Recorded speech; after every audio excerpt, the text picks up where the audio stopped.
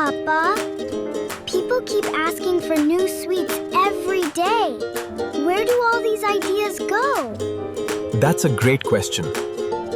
In Scrum, there is one place where everything is collected. Welcome to Concept Playground, where complex ideas are playfully explained. Imagine our sweet shop again. Customers ask for new flavors, special sweets, sugar-free options. If these ideas are not written down, they get forgotten or confused. In Scrum, all these ideas go into a place that is called Product Backlog. It is a single list.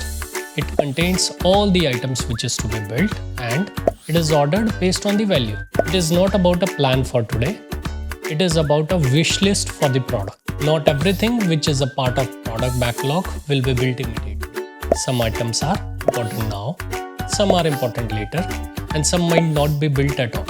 And that's okay. In the sweet shop example, it's like having a notebook which shows customer needs mango flavor, customer needs less sugar, customer wants something special for festivals. This list keep growing and changing. So without a product backlog, ideas get lost, priorities are unclear, and team does not focus on a particular deliverable.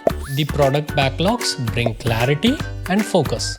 So remember this, guys. The product backlog is all about a list which consists of all the items which make our product better. If this explanation helped you, please like my video, subscribe to my channel, and put your comment on what you want to learn next. So it's like keeping all ideas in one place? Exactly. Thank you, Papa.